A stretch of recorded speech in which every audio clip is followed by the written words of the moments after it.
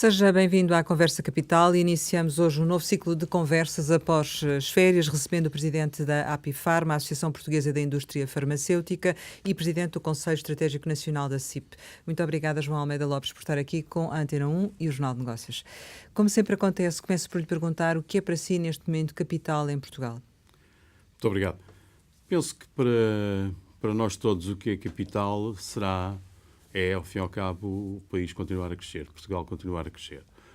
Acho que provavelmente não teríamos a noção, talvez há um ano e meio, a esta parte de como é que se iria desenvolver a atividade económica em Portugal.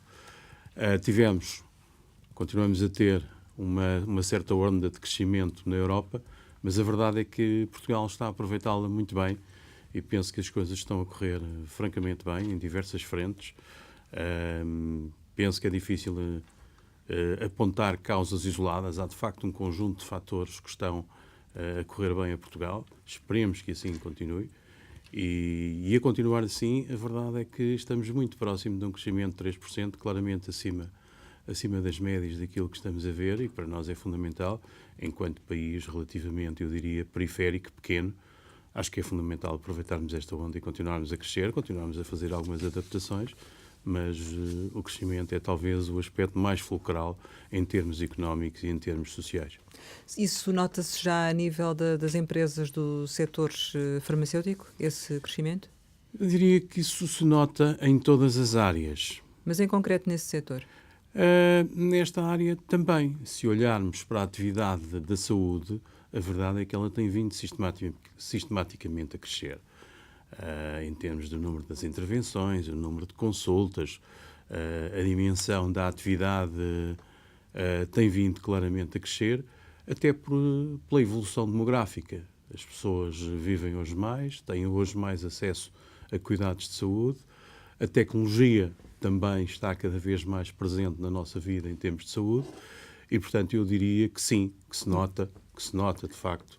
Mas houve alguma coisa na política positivo do governo que tenha conduzido a isso, ou não? Ou é só mérito das próprias empresas? Eu não diria que o mérito é das próprias empresas, eu diria que é da evolução. É da evolução, ao fim e ao cabo, dos mercados, da sociedade. Há coisas que crescem, às vezes, de maneiras que nós não estávamos sequer a pensar. Acompanham, ao fim e ao cabo, todas as atividades acompanham um pouco o crescimento e a saúde não é uma exceção. A verdade é que tem vindo a acompanhar. Digamos, não de uma maneira, muito agressiva, mas tem vindo claramente a acompanhar. Este crescimento da economia a que se referiu tem-se também repercutido no setor da saúde? Nota isso? As pessoas têm acedido mais a serviços de saúde, mais à compra de medicamentos nesta fase de relativo crescimento económico, ou de crescimento económico por comparação com aquilo que se passava em Portugal nos últimos anos? Acho que sim. Apesar de todos os cortes que foram feitos, nomeadamente em termos de preços, a verdade é que a atividade, hoje, se olharmos para os números, a atividade tem vindo a crescer. Número de consultas, número de intervenções, número ao fim e ao cabo, de locais onde a saúde é possível de ser prestada. A verdade é que o movimento é maior hoje do que era há 2 ou 3 anos a esta parte. E isso repercute-se no volume de negócio das farmacêuticas? Eu diria que isso se repercute no volume da atividade de todas as empresas da área da saúde. Poderá haver exceções aqui ou ali, mas de uma maneira geral... E consegue dizer-nos uma estimativa de crescimento desta indústria durante este ano? Talvez temos que distinguir aqui o que é a parte hospitalar e a parte de farmácia, digamos, comunitária. Diria que na farmácia comunitária, se calhar, a atividade estará a crescer 1%, 1,5% talvez. A nível hospitalar, se calhar um pouco mais, 3%, 4%, que não está muito longe daquilo que é o crescimento do país, digamos assim. Não é? Portanto, em linha com o crescimento do país? Eu diria que sim, em linha com o crescimento do país. Contudo, nesse quadro que traça, há que encaixar, digamos assim, o Serviço Nacional de Saúde. E aí há uma matéria que é recorrente, que é a sustentabilidade do Serviço Nacional de Saúde, mas até agora o que nos parece é que o que existe é uma redução de despesa, que muitas vezes resulta numa pior oferta, sem que se encontre efetivamente uma estratégia definida. Tem falado na necessidade da implementação de um plano plurianual das necessidades. Com que objetivo é que, ou seja, para atingir o que é necessário? Quando nós olhamos em termos globais para o panorama, ao fim e ao cabo, daquilo que são as contas da saúde, o que é o investimento da saúde, é fácil verificar que o investimento que o país faz em saúde é claramente inferior àquilo que países com níveis de riqueza semelhantes, comparáveis, portanto, em termos de produto interno bruto, nós estamos claramente abaixo das médias. O que poderemos dizer, portanto, que o sistema está subfinanciado. E isso tem sido visto, é fácil de verificar, ao longo dos últimos anos. Se olharmos para as contas públicas em termos de saúde, verificamos que tem havido sistematicamente um déficit nas contas da saúde do Serviço Nacional de Saúde. Déficit esse que tem andado, eu diria, sempre na casa dos 280, 300 milhões, 330 milhões de euros, por aí. Não tem variado muito de ano para ano, e que comprova, obviamente, que o Serviço Nacional de Saúde está subfinanciado. Houve, desde o tempo da Troika, fundamentalmente, houve uma tentativa muito grande de reduzir as despesas na área da saúde para, ao fim e ao cabo, ter o reflexo em termos de controle do Orçamento de Estado. Mas é possível investir mais no Serviço Nacional de Saúde? É possível. Há como investir mais? Eu diria que sim, são apenas... é uma opção política, não é? A verdade é que, como lhe digo, que se nós compararmos os índices com países comparáveis com o nosso nível de atividade económica, com o nosso nível de riqueza, nós, claramente, em Portugal, estamos muito abaixo daquilo com que nos podemos comparar. Que medida é que eventualmente sugeria para o orçamento de 2018? Penso que há várias coisas a fazer. Uma delas é que, de facto, os orçamentos da área da saúde deveriam ser apontados, preparados, numa base mais realista e mais próxima daquilo que são as verdadeiras necessidades do sistema de saúde em Portugal. Não tem acontecido. Como disse, não tem acontecido. Tem havido déficits sistemáticos em saúde que acabam por ser, de alguma maneira, cobertos, normalmente mais para o fim do ano, por transferências extraordinárias para as contas da saúde. E que está a dizer que eram previsíveis, não é? E quer dar um exemplo? Estou a dizer que os números que são postos em orçamento para a área da saúde, sabe-se desde o início do ano que vão ser insuficientes. E porquê é que se insiste no logro?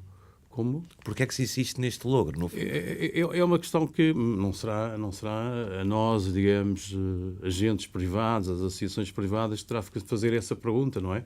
O orçamento da saúde é, enfim, apresentado pelo Governo e aprovado pela Assembleia da República. Mas eu pergunto isto porque acaba por percutir-se na vossa atividade. Também. Em sucessivos atrasos nos pagamentos a fornecedores, etc., em que acaba por penalizar o setor como um todo. Mas repare, não é por falta de alertas e de sensibilização da nossa parte que os orçamentos da saúde não são mais feitos próximos da realidade.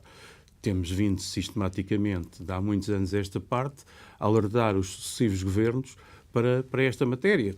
É preciso que o país invista mais em saúde e é preciso que esse investimento seja feito adaptado à realidade, tenha, de facto, uma ligação séria com a realidade e que tenha uma base plurianual, como referia, porque há imensas decisões em saúde, noutras matérias também, mas em saúde, há muita coisa que tem a ver não apenas com o exercício económico anual, apenas com o período orçamental, mas que se vai repercutir em 2 ou 3 anos, 4 ou 5 anos seguintes. E, portanto, eu deveria ter, por um lado, um valor consentâneo com aquilo que necessito à partida e, por outro lado, deveria ter uma perspectiva a mais do que um ano. Uma perspectiva, no mínimo, a médio prazo, para que possa gerir minimamente o sistema, para que as unidades de saúde, elas próprias, os hospitais, possam fazer uma gestão apropriada, cuidada, e não sistematicamente terem sobre eles uma espada que sabem que a qualquer momento podem faltar as transferências é extremamente difícil. E há coisas que, como sabem, na parte pública do Serviço Nacional de Saúde, os gestores têm dificuldade em controlar. Estamos a falar, por exemplo, dos ordenados, das horas extraordinárias, são coisas que os próprios gestores não controlam. E tudo isso, ao fim e ao cabo, acaba por contribuir para o déficit do Serviço Nacional de Saúde, acaba por contribuir para a dificuldade em atingirmos os objetivos que supostamente deveriam estar adaptados à realidade. Está a dizer-nos que o déficit do Serviço Nacional de Saúde é quase uma inevitabilidade? Não, mas tem sido uma realidade face às opções políticas que têm sido tomadas. Estamos a falar de política, decisões políticas.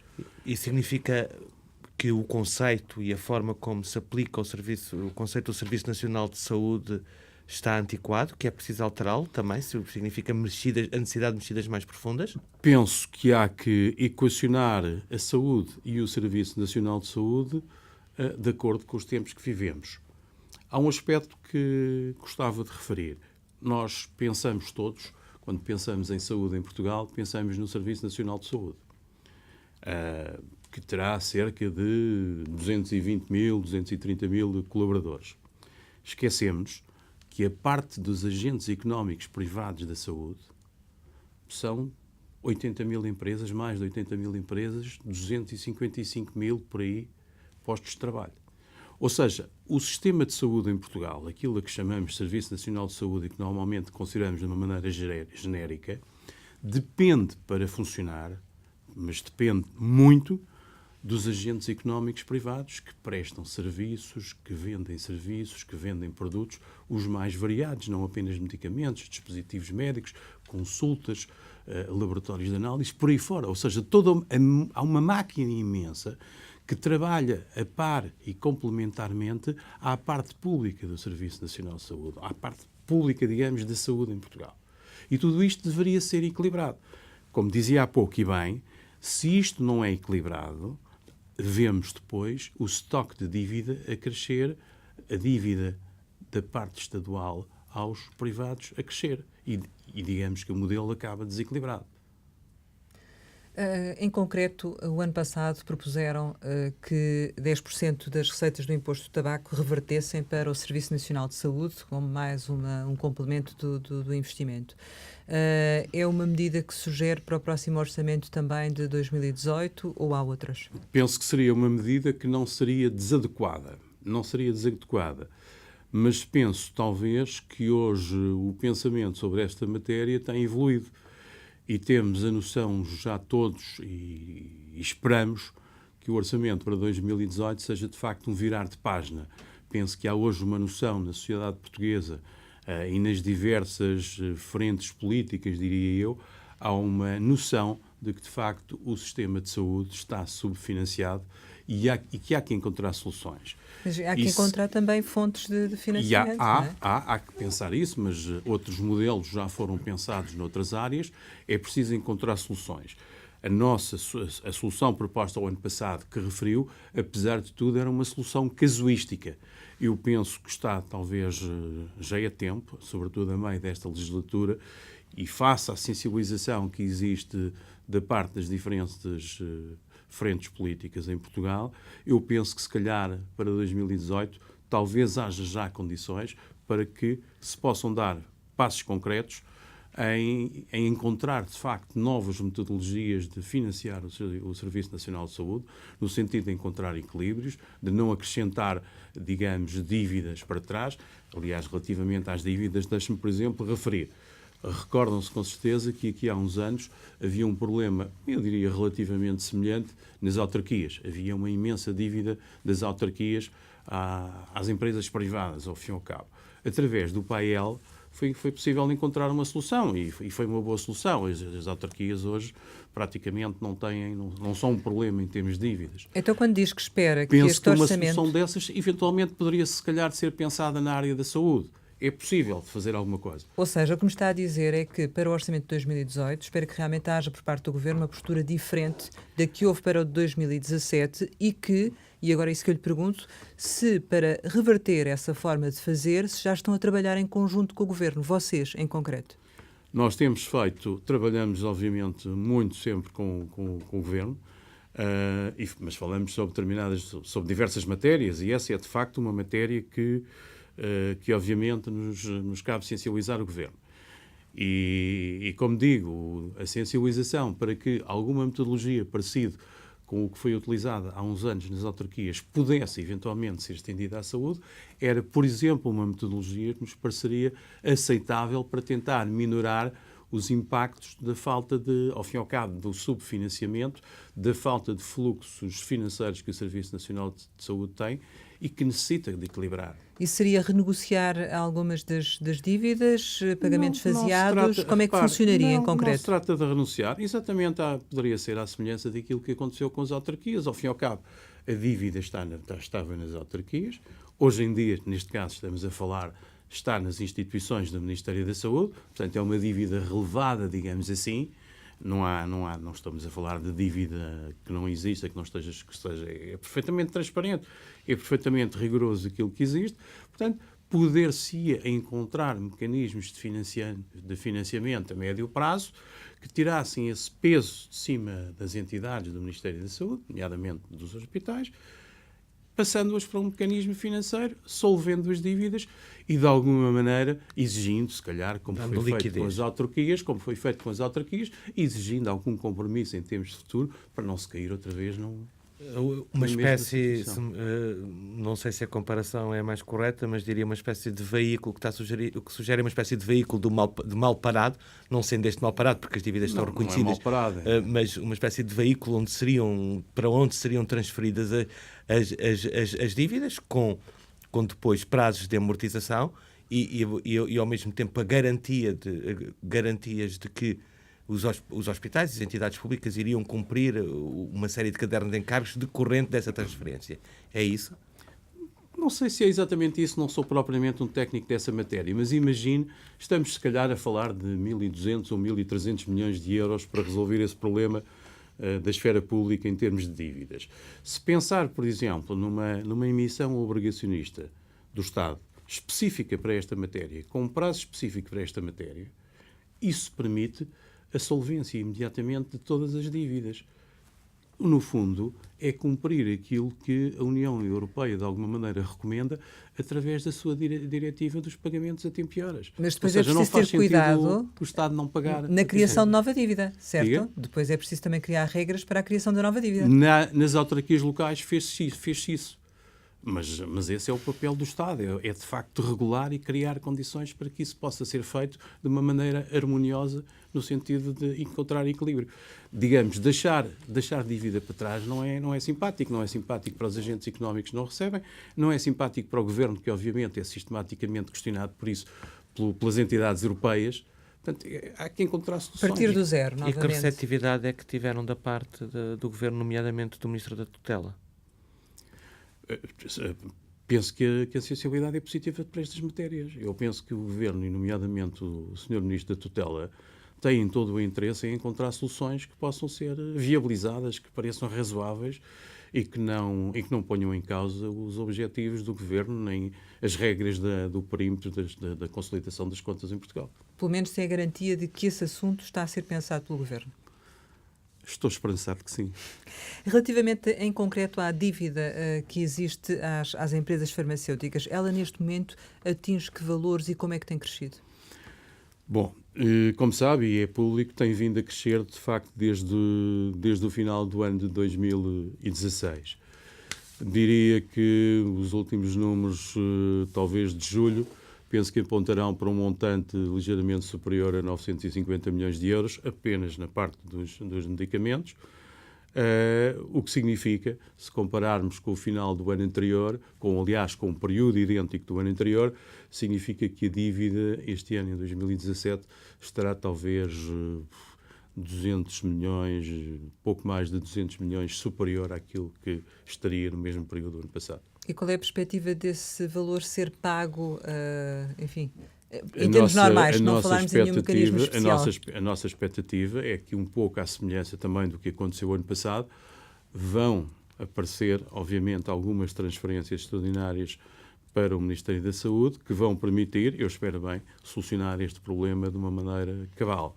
Já tem assim. alguma indicação nesse sentido?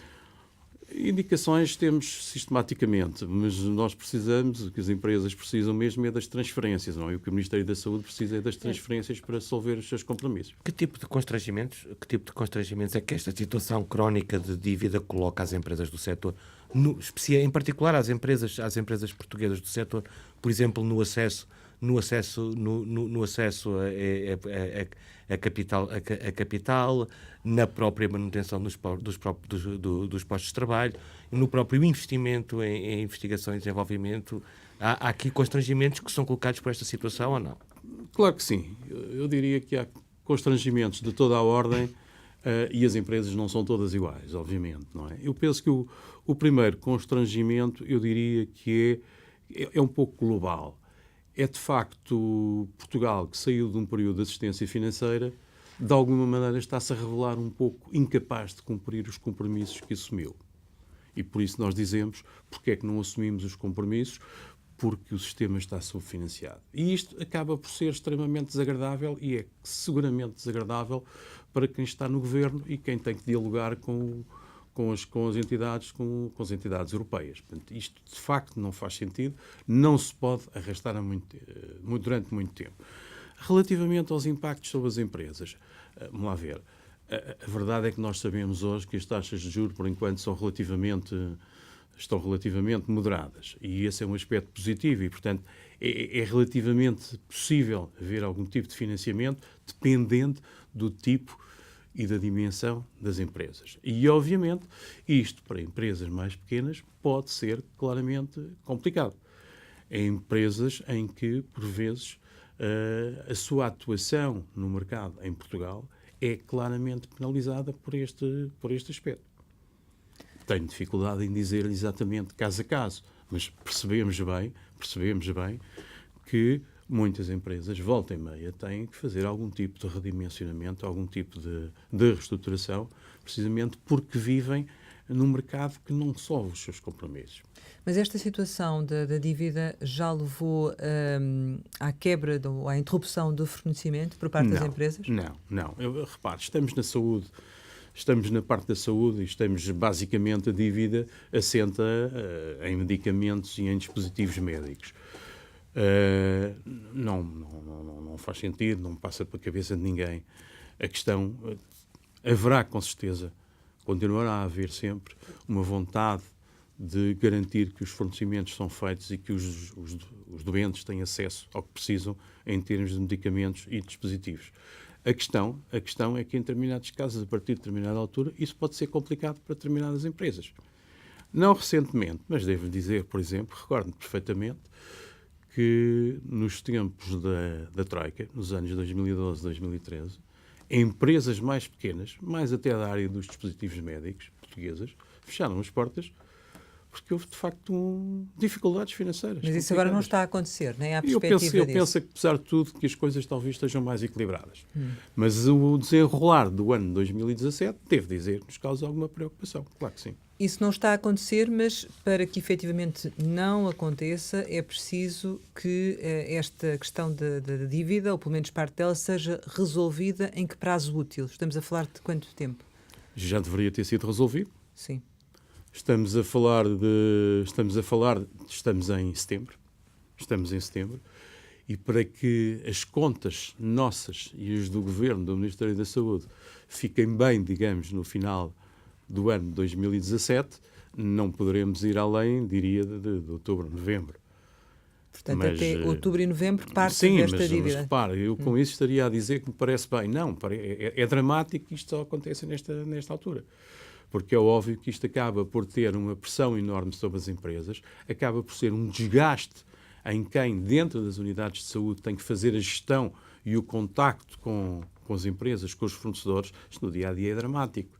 Portanto, isto significa que está a ser pago alguma coisa, mas muito pouco. É isso? Ou exatamente. Não... Muito exatamente. pouco. Portanto, avaliando a evolução o que está... O sistema está subfinanciado e, portanto, as entidades, ao fim e ao cabo, os agentes públicos não têm fundos financeiros suficientes para aquilo que compra no dia-a-dia para desenvolver a sua atividade. Uma das áreas que contribui significativamente para esta dívida são os medicamentos inovadores. Nós tivemos em 2016, segundo aquilo que foi veiculado, um número recorde de aprovações para inovadores. Tem ideia de, em 2017, o que é que está a acontecer? Se estas aprovações também estão a correr de forma mais célere do que acontecia no passado? Relativamente ao ano de 2016, em 2017, não estão de facto a correr de forma mais célere, embora a palavra do Sr. Ministro da Saúde é que entende que em 2017 vamos ter mais aprovações do que o ano passado. No final de 2017? No final de 2017, durante o ano de 2017, vamos ter mais aprovações do que em 2016. Mas, o que significa que nesta parte final do ano vamos assistir a uma grande aceleração de aprovações. Porquê? Quantas é que temos neste momento? Tem ideia? Não tenho.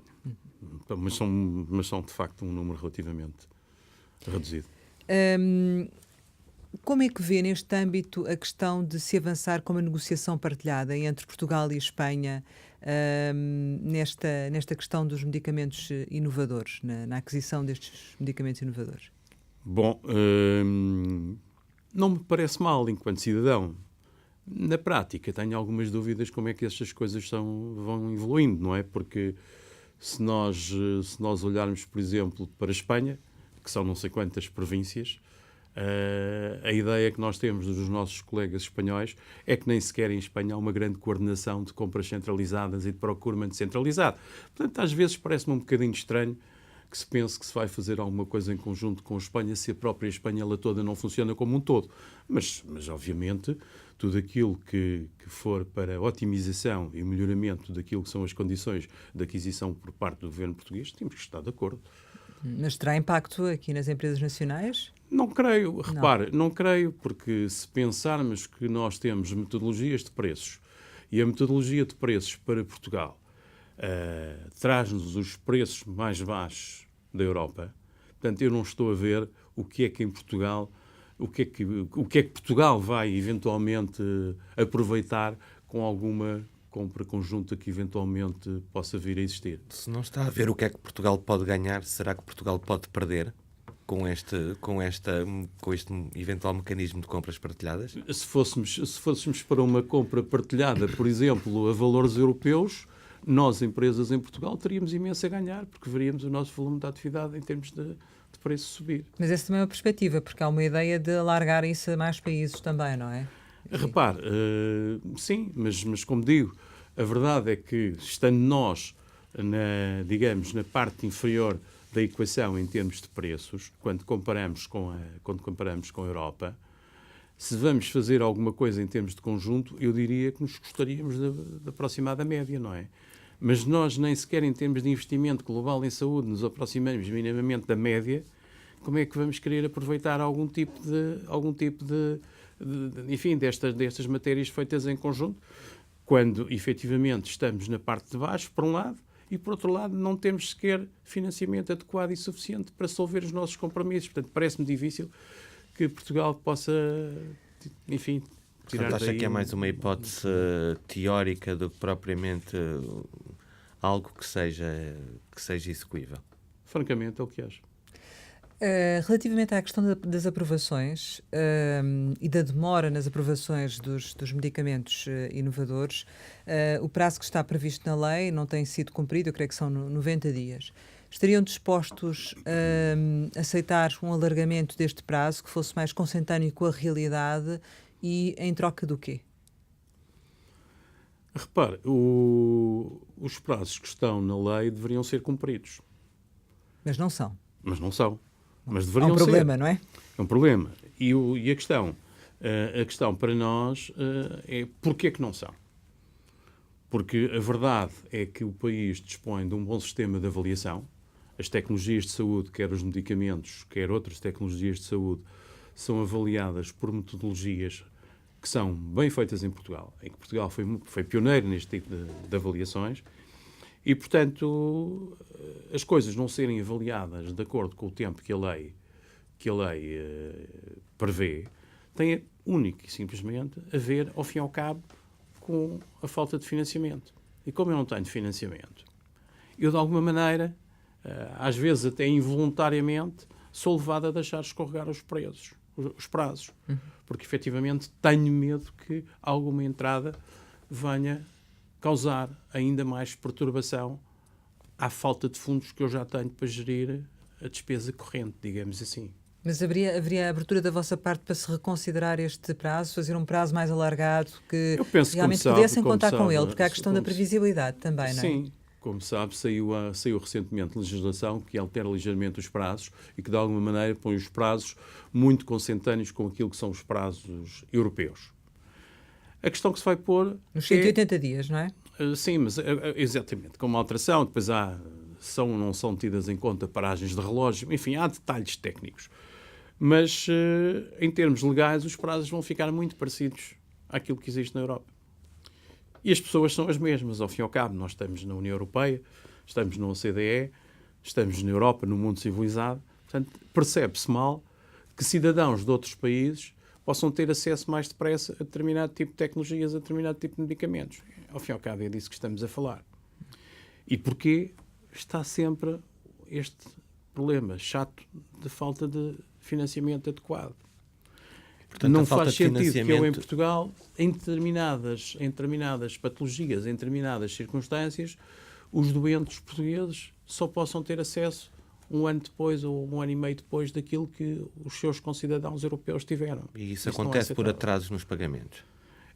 Isso, neste caso concreto, acontece por falta de cumprimento atempado dos prazos de avaliação. Neste caso não tem a ver com... Sim, mas a situação que esta nova legislação traz, que é aquela situação do programa de acesso precoce a título gratuito, que creio que de certo modo substitui o que existia, que era a título excepcional, enquanto não houvesse aprovação, enfim, isso não vai trazer também como consequência mais demora na...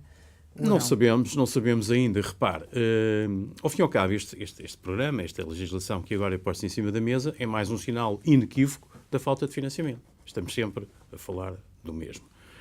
As autorizações excepcionais, como diz, é uma figura europeia. Está prevista na Europa comunitária. Portanto, continuará sempre a existir, não é possível deixar de haver. Em determinados casos que estão perfeitamente previstos. Os programas de acesso precoce são situações em que, digamos, as empresas podem voluntariamente sugerir ao Ministério da Saúde entrar neste programa de acesso precoce. E não sabemos, digamos, se calhar haverá casos em que as empresas estão completamente disponíveis para fazer isso. Mas é mais ou menos vantajoso, porque nas situações excepcionais o medicamento é vendido a preço de custo, é isso? A questão aqui é gratuito. Repare, a questão aqui não se trata da questão do preço. A questão aqui trata-se de vamos entrar num sistema, eventualmente vamos entrar num sistema em que as empresas têm a possibilidade de voluntariamente propor ao Estado um programa de acesso precoce. Ou seja, o doente tem acesso, o medicamento ainda não foi avaliado, mas como já está aprovado na Europa, os doentes começam a ter acesso. Mas, obviamente... Mas o Estado não paga nada.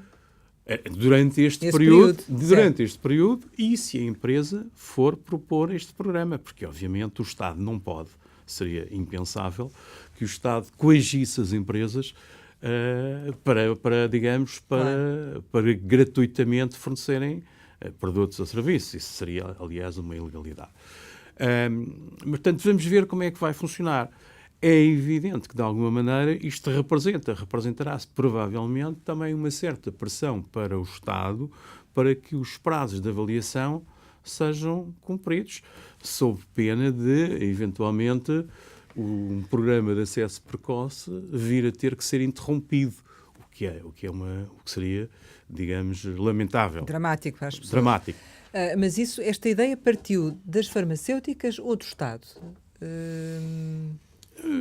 Para sabermos se há interesse das farmacêuticas em aderir a isto ou não, não é? Só vamos saber depois quando as coisas começarem a funcionar, mas não tenho dúvidas nenhumas, aqui haverá casos em que sim. Haverá casos em que sim. Mas diria que, deixe-me dizer-lhe uma coisa, os programas de acesso precoce já existem e já existiram em Portugal há uma série de anos. Já existiram, depois depois foram abandonados e privilegiou-se mais a utilização de autorizações excepcionais, agora põe-se outra vez esta figura em cima da mesa. Isto surgiu novamente quando foi a questão da hepatite C, não é? Na altura... Não, quando... mesmo antes, aqui há, 4, 5, 6 anos, já tinha havido a programas... solução que foi encontrada para o caso da hepatite C foi esta, ou não? Não. Não foi? Não. Estamos a falar de coisas diferentes. Não, estamos a falar de coisas diferentes. Certo. A questão é, lá está, a hepatite puxou um caso interessante, porque a hepatite é claramente um caso de necessidade de um orçamento ajustado à realidade e para mais do que um ano. Não é? Porque alguém que é curado de hepatite, o impacto que vai ter no sistema público é uma coisa que se vai prolongar por 2, 3 anos. O não ter que recorrer a transplantes, o não evoluir para cirrose, etc, etc. Portanto, há claramente um benefício.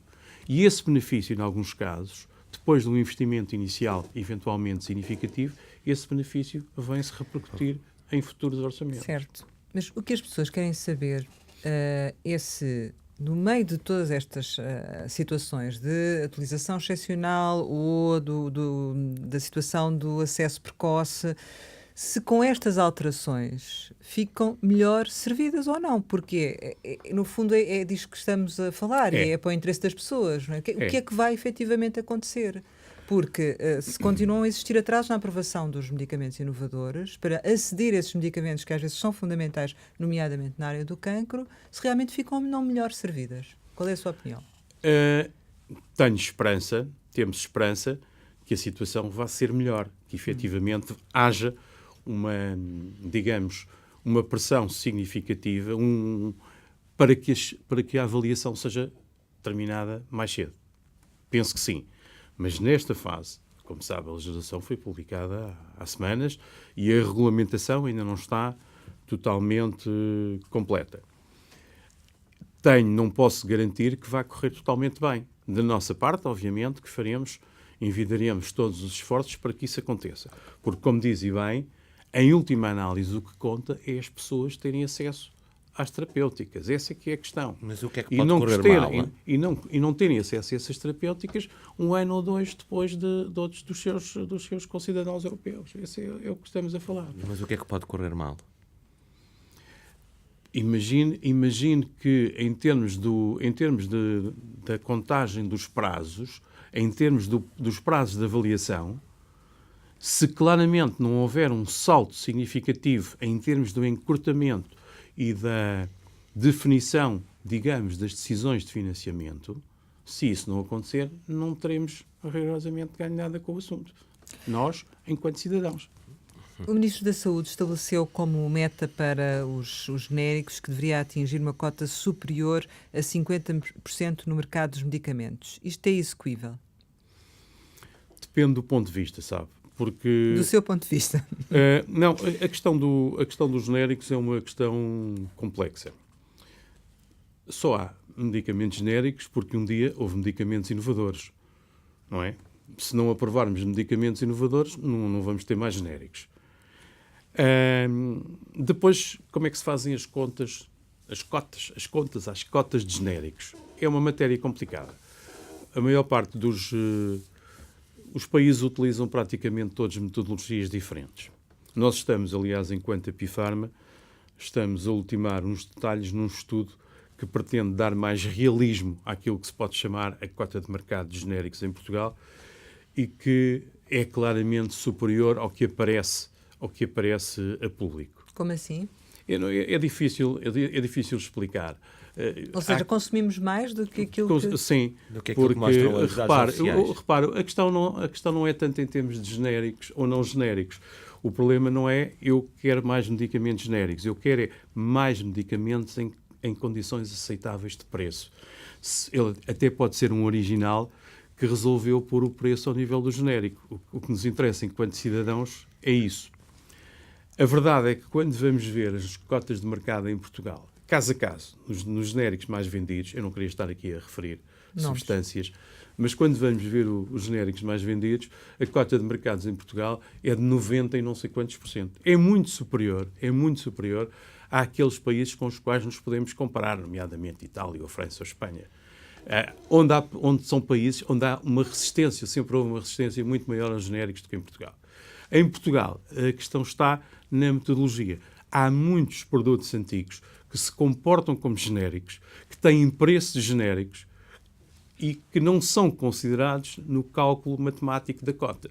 E, portanto, a nossa cota, se fôssemos ver em termos de realidades comparáveis, a nossa cota seria muito, mas muito está a superior. dizer peço desculpa, está a dizer se juntando esses produtos que têm a Sim. marca, não é? Estamos a falar Sim. de produtos que têm a marca, mas que podem... Mas que se comportam como genéricos, que são tão, digamos, perderam a sua patente há tanto tempo e têm o seu preço tão baixo que têm um comportamento típico de genérico. De tal maneira típico está a referir-se ao nível do preço. que é o fundamental do Exatamente, genérico, é o preço, exatamente. não é? O genérico, a única diferença, a única vantagem para um genérico é que supostamente é um produto que aparece com um preço mais baixo que um original. Exatamente. Certo? Supondo que temos um medicamento que está no mercado, sei lá, há 20 ou 30 anos, que tem um preço tão baixo que ninguém vai conseguir lançar um genérico daquele medicamento. E, portanto, eu deveria considerá-lo nas contas como fazendo genérico. parte dos genéricos, exatamente. Mas qual é o objetivo e aí, desse a estudo? cota de mercado dos genéricos em Portugal seria Mas muitíssimo maior. é isso que querem provar? É que a cota é maior? Não queremos provar, queremos só demonstrar. Provar está lá. Quem quiser fazer as contas verifica que isso é assim. Portanto, quando me diz a cota de mercado, eu diria que se tem falado sempre na cota de mercado de genéricos em Portugal em termos políticos. As cotas de mercado de genéricos em Portugal só vai aumentar cada vez que houver um medicamento original que perde a patente e, portanto, em 2018 há 1 ou 2 casos significativos que vão acontecer, esses genéricos vão entrar e a cota de mercado, ou aquilo que é o mercado de genéricos, vai subir. Relativamente ao que já existe, a cota é enormíssima. Portanto, a metodologia seguida pelo Governo vai permitir certamente ultrapassar estes 50% ou chegar aos 50%. A demonstração da evidência do que de facto existe permite-nos a dizer que a cota é muito superior a 50%. Mas desculpe insistir, porque não podia deixar passar em claro a questão que disse que a questão dos genéricos é mais de natureza política. Tem servido como uma arma política. Desde há muitos anos esta parte. Claro. Quer concretizar de que forma para dar a entender que há uma política tendente a fazer baixar os preços. Para quê? Com que objetivos? Porque, não, repara, foi de pressão sempre... sobre a indústria? Digamos que é uma questão que desde sempre se pôs em cima da mesa. Como digo, na verdade, o mérito dos genéricos é, de facto, trazerem poupanças para o sistema. Portanto, nós temos medicamentos originais. No dia em que esses medicamentos originais perdem a patente, os genéricos entram e, com isso, supostamente, eu consigo, naquele produto, naquele segmento, eu consigo uma poupança. É ótimo. Estamos todos de acordo. O que eu não posso é, sistematicamente, dizer que vou querer uma poupança de X% ou vou querer uma cota de mercado de genéricos de X%, porque em determinados casos, pura e simplesmente, isso seria matematicamente impossível. Matematicamente impossível. Só por isso. Portanto, é demagogia. Eu não queria ir tão longe, mas às vezes parece um bocadinho. Em matéria de acesso ao medicamento, o ano passado fizeram um aditamento ao acordo que existia com o Governo para 2016-2018. Sim. Este ano vão fazer o mesmo? Eu julgo que sim. Aliás, de alguma maneira, o acordo que nós temos em cima da mesa é praticamente um acordo em termos genéricos que cobre pelo menos um período de 3 anos, se não a legislatura toda. Portanto, há que fazer alguns acertos, algumas afinações relativamente ao ano de 2018, mas eu diria que temos um acordo para continuar e manter um bom relacionamento com o Governo. Esses acertos já estão a ser analisados, já estão a ser discutidos e quais serão? É difícil ainda dizer-lhe, não estão ainda a ser discutidos, devo dizer. Mas, estamos mais ainda, em alguns casos, a verificar como é que fechamos alguns aspectos dos acordos anteriores, que às vezes estas coisas arrastam-se muito no tempo. Nomeadamente? Sei lá como é que as contas são feitas, como é que as inovações foram aprovadas, como é que alguns aspectos que estavam lá previstos ainda não aconteceram. Mas, chegados aqui, qual é que é o balanço que fazem da atuação do Ministro da Saúde? Acho que é difícil, enfim, está-me a pedir para criticar um ministro do nosso governo, legitimamente eleito, que é uma coisa que não... Não estou-lhe a pedir para fazer um balanço. É um balanço, eu acho que tem sido a governação possível. tem tido aspectos positivos. Tem havido claramente em termos da indústria, da parte dos medicamentos, eu penso que o balanço é positivo. Quais o são balanço as... é positivo, quer em termos de aprovações, como vimos o ano passado, este ano ainda não concretizado.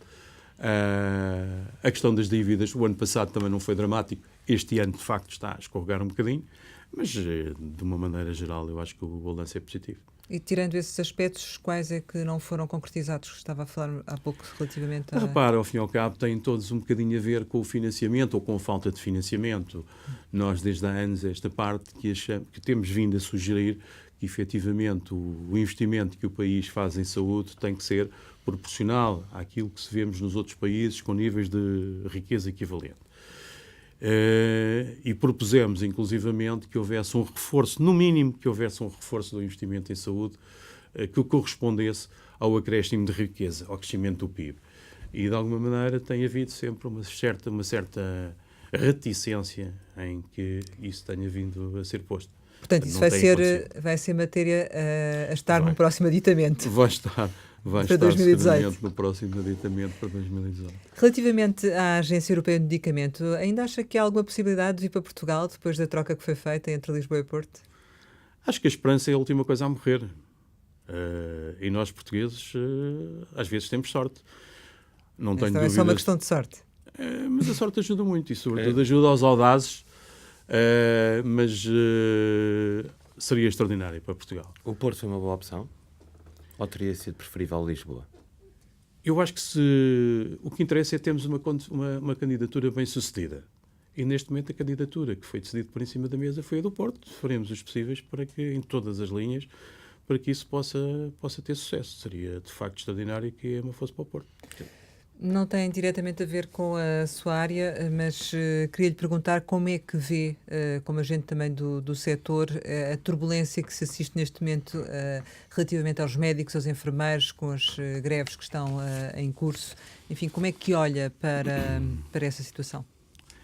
Repare, eu penso que tem havido a público uma série de comentários sobre essa matéria. A verdade é que, em termos financeiros, a saúde está estrangulada. Voltamos sempre à mesma questão do subfinanciamento e dos cortes que têm sido feitos na saúde nos últimos anos. E em todas as áreas, não é só sobre os agentes económicos privados, é também sobre os próprios agentes do serviço público, quer os médicos, enfermeiros, enfim, toda a gente.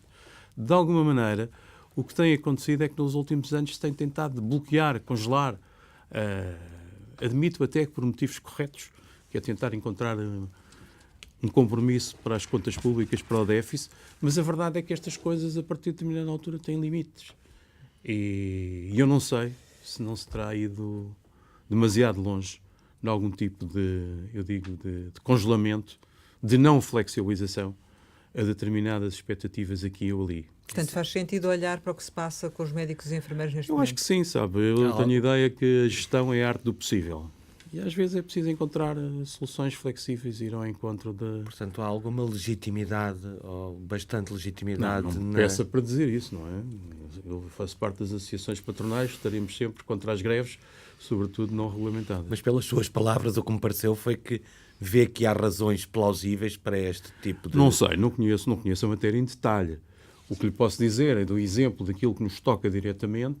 Nós sentimos que, claramente, o sistema está subfinanciado, está espartilhado, está completamente encostado à parede. E que isso estenda a todas as áreas da saúde, inclusive aos seus profissionais. E, eventualmente, aos seus profissionais, claramente. O que não faz sentido, não é? Porque se formos lá fora na rua perguntarmos às pessoas o que é mais importante para elas, é de facto a saúde. É daquelas coisas em que é importante haver paz social e haver concórdia e tentarmos encontrar plataformas de equilíbrio.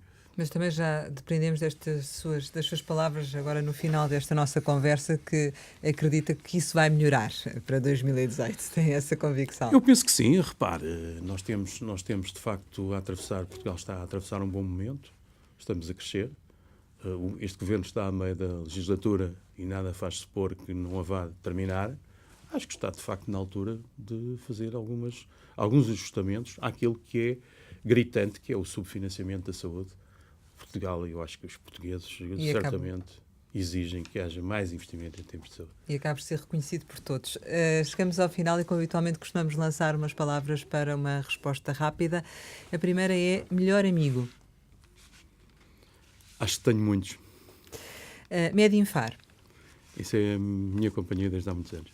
Baixa de Lisboa. Fabulosa. Turismo. Ótimo. Paulo Macedo. O antigo ministro. Saúde. A coisa mais importante que nós temos na vida. Comprimido. Não posso referir marcas. Há muitos compromissos ótimos. Brexit. É um mar, eventualmente, de oportunidades, eventualmente de problemas, se vier a concretizar. Coreia do Norte. Acho que é uma falsa questão. Benfica. Já viu melhores dias, mas a esperança é a última coisa a morrer.